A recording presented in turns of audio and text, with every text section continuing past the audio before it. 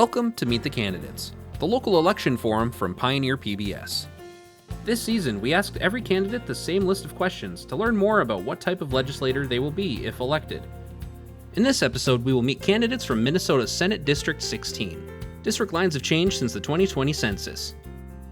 District 16 is made up of Chippewa, Candy, Ojai, and Renville counties, and the western portion of Meeker County. Major cities include Willmar, Litchfield, Montevideo, and Olivia. To find out which district you live in, visit mnvotes.org. And now, let's meet the candidates. We will start with the DFL candidate, Fernando Alvarado. My name is Fernando Alvarado, and I am running for Minnesota Senate District 16. I have lived in Willmar for 36 years, where my wife and I raised two daughters through the Willmar Public School System. I have volunteered to be presidents of various organizations. When the swim club needed a leader, I stepped up. When the sports boosters needed a leader, I stepped up. And I handled problems that they had. They said there was going to be a problem with fees. I determined that we should establish an endowment fund. I stepped up. I did not walk away. I volunteered to run for city council when it wasn't working properly. I did not walk away. I handled problems. I addressed problems. I want to be your state representative to handle the problems, to work with others, to make Minnesota a better place to work and to pursue your dreams. Why do you want to be the senator for your district?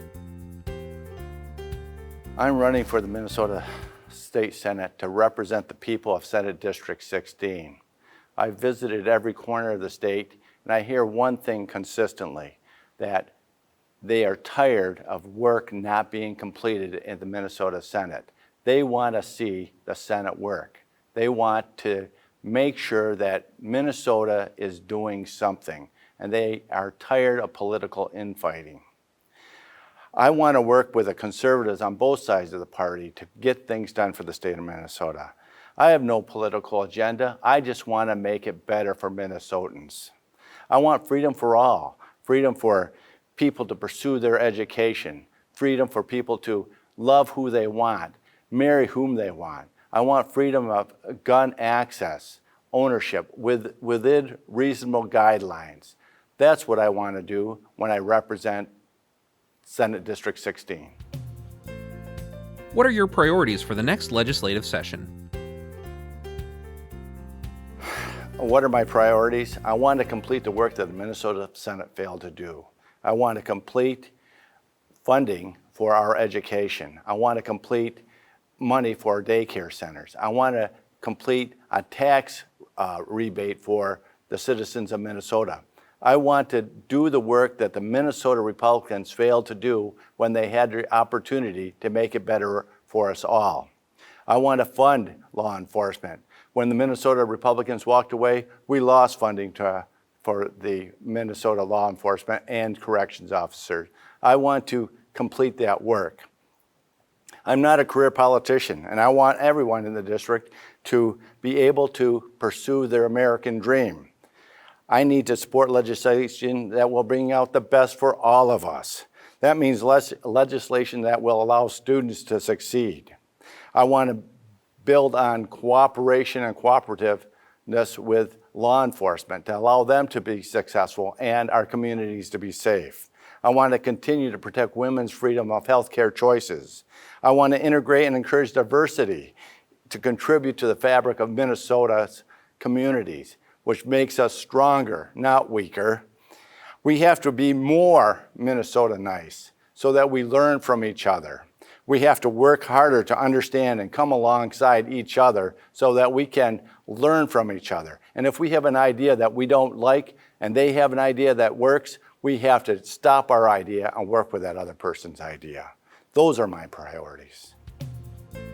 What unique perspective do you bring to the Minnesota Senate? I grew up in a project in Watertown, New York called Cloverdale Apartments. They were clean and convenient, but they didn't have the services like a washer machine or dryer or any of those appliances. We dried our clothes out on a clothesline. My mother worked to raise two boys. And then when we were growing up, we didn't have vacations. We went to scout camp for a week, and that was our vacations. We didn't see much of the world. In high school, we moved out to the country, and I lived in a single-wide modular home, trailer. And it was, and that living in there was like a barometer. When it was windy out, you heard it on the inside. When it was hot out, you felt it on the inside. And when it was cold in northern New York and your pipes froze up, you got up early in the morning to thaw those pipes out before you went to school. I did that. I know about hard work. When I was 17, I was posed with a question. You had to start paying rent to live at your home because I was graduating. I had to have a job. I joined the Navy at 17. That answered those questions. I went through the service. I was honorably discharged. I went to Mankato State, got my degree. I worked as an RA. I worked as on the paint crew. I hustled, got an internship, and I got done in 4 years. I worked hard. I believe and I worked 28 years in the insurance industry, and I've worked with people struggling, and I know what it's like to work and talk and communicate, and that's what I'm going to bring to the Minnesota Senate, a perspective of understanding, empathizing, and knowing what people are going through. What is your vision for the future of Minnesota? What is my vision for Minnesota?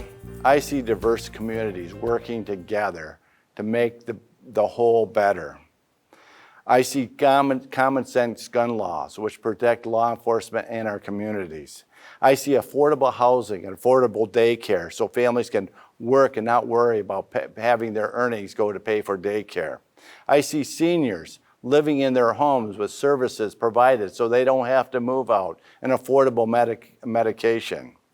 I see infrastructure improvement and jobs created so that Minnesota continues to be a leader in their infrastructure. I see funded public education. I see Minnesota becoming a go-to state with climate change. I see that I am going to work for my constituents in SD 16. I need your vote in November. Vote Fernando Alvarado. I am the only Fernando on the ballot. In order to help you achieve your dream, I need you to help me get to the Senate. And together, we can make for a better Minnesota. Remember, Minnesota is better working together. That's my slogan. That's what I want to bring to the Senate for you. And that's why I want to represent Senate District 16. Thank you. And now, a closing statement. Today, you will likely hear clearly two different perspectives. My opponent, Mr. Lang, has indicated that we're going to tax more and spend more. He has indicated that there should be less government in our personal lives, and our governor failed to handle the pandemic properly. Under the Democratic leadership, we created over a $9 billion surplus. We have not increased taxes on the middle class, nor do we want to.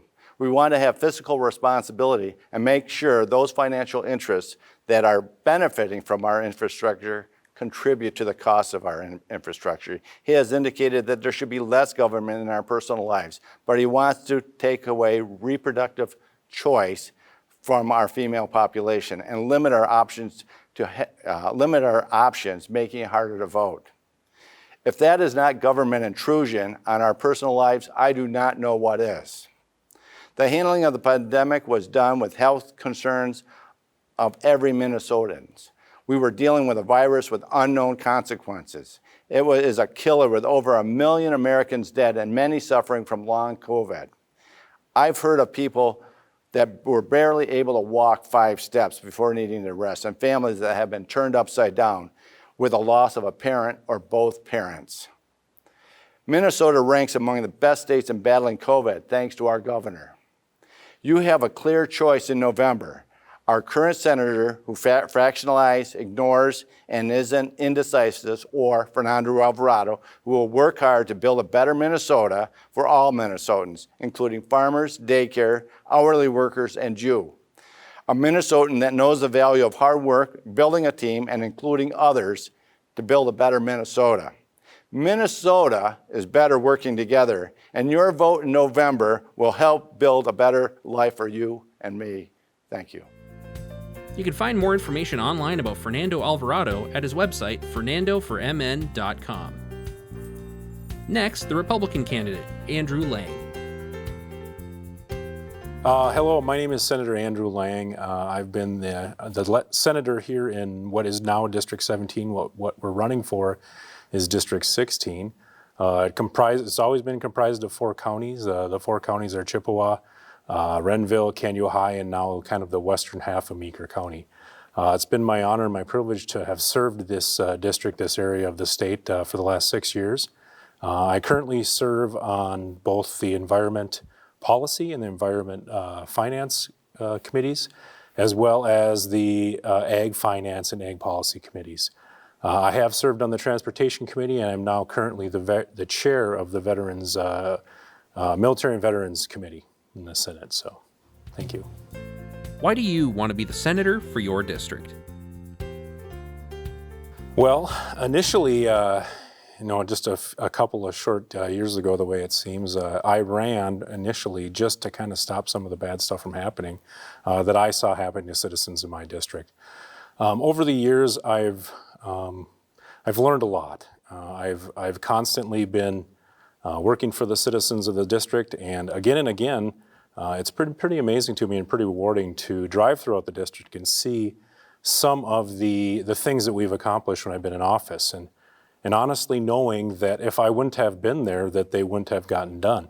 Things is maybe as trivial as renaming a road, but still, as you go forward, it's things like hospitals that were built, things like Highway 23 being, 4 lanes from St. Cloud all the way to Wilmer is something that I knew at the end of the day wouldn't have gotten finished if I wouldn't have been there. So that has changed from trying to stop silly things, what I always called stupid things from happening, to really trying to help our area of the state and our state as a whole really prosper and move on to the future. So, what are your priorities for the next legislative session? Well, it's a long list, but initially in the 6 years I've been there, every year we've had a budget surplus. We tax the citizens of the state of Minnesota too much. We have our balanced budget state. We do all of our balanced budgeting every other year in our biennium, and every biennium it comes up. Even right now, that figure is somewhere between $9.5 billion and $12 billion, depending on what the February forecast looks like. And number one on that list would be the elimination of the Social Security tax. That's something from the beginning we've been pushing citizens out of the state of Minnesota, and it used to be just the retirees. If you looked at the statistics and you looked at just the retirees, those were the folks that were leaving the state. What's happened over just the last couple of years is that age, that time frame has started moving into individuals in my own age where they're leaving the state too, and they're leaving the state for tax purposes more than anything. Other big ticket items are protecting our farming economy. That's one thing. Sitting on the ag committees over the years, it's been one thing after another where groups have really taken aim at farm communities and made it tough to be farmers. That implies also the taxing environment on farm families, and then again, when it comes to farming, we have to work on the beginning farmers, the startup farmers, the middle-aged farmers that are working on restructuring loans, and that estate planning into the future. When it comes to transportation projects, I've sat on the Transportation Committee and been involved in that. Having a real strong infrastructure plan and infrastructure program in place, working alongside MnDOT, and always having those smooth bridges and roads that we all enjoy. So, what unique perspective do you bring to the Minnesota Senate? Well, I have, for the last 2 decades, I've been in the Minnesota Army National Guard. I've spent a lot of time working with guardsmen. I've been overseas on several occasions. I think I have a fairly unique perspective when it comes to actually getting the job done. In the past, I've always kind of taken the moniker of a politician as kind of a demeaning thing. So I've always said I've tried really hard not to be a politician, but I've tried very hard to represent this area of the state. And make those common sense decisions. The perspective that I've learned in the military, I think, is unique. It's something where I think the Minnesota Senate could probably use a little bit more of that. I've encouraged other friends of mine that have been military members to stand up and run and get involved. I think that the military as a whole, in that perspective, is definitely given me that go get the job done attitude and not so much worry about the politics and the front page of the newspaper so much. But What is your vision for the future of Minnesota? I think that vision kind of goes along with everything that I just stated. You always have to have the strong economy. Anything the state of Minnesota can do to have that economy booming, have job creators looking for places in the state, that goes hand in hand with a taxing environment. If we can keep our young families and our senior citizens here in the state, I think that provides well for the state as a whole. And ultimately, a prosperous state is something that everybody benefits from. And that's not just the taxing environment, but that's also public safety. And over the last couple of years, we've really seen an increase in violent crime. That's something that we can fix. And we put more cops on the street. We provide opportunity for businesses, and we have those unique job opportunities for young and growing families. I think we can ensure the state of Minnesota is a great place to live for everybody, whether it's in the metro or greater Minnesota. We can do that. We've seen the road, we've seen the road map to how to get there, and we just need to drive down that. So. And now, a closing statement. Well, again, I appreciate the time. It's been my great honor to serve this district for the last 6 years. My wife has allowed me graciously to run one more time, for sure, and we have kind of hit the ground running. I've been very involved in Senate committees throughout the year. I've really thrown myself at this job. I've really worked my tail off. As my wife said, you'd like to see my Outlook calendar.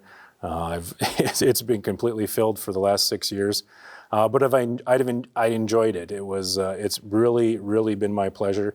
It is a very, very unique job, and it is very rewarding while being very frustrating. And I just truly appreciate the opportunity to do it one more time. So thank you. You can find more information online about Andrew Lang at his website, langforsenate.com. Learn more about voting, how to register, and what district you live in by visiting the Minnesota Secretary of State website at mnvotes.org. Remember, Election Day is Tuesday, November 8th. Thank you for watching Meet the Candidates on Pioneer PBS.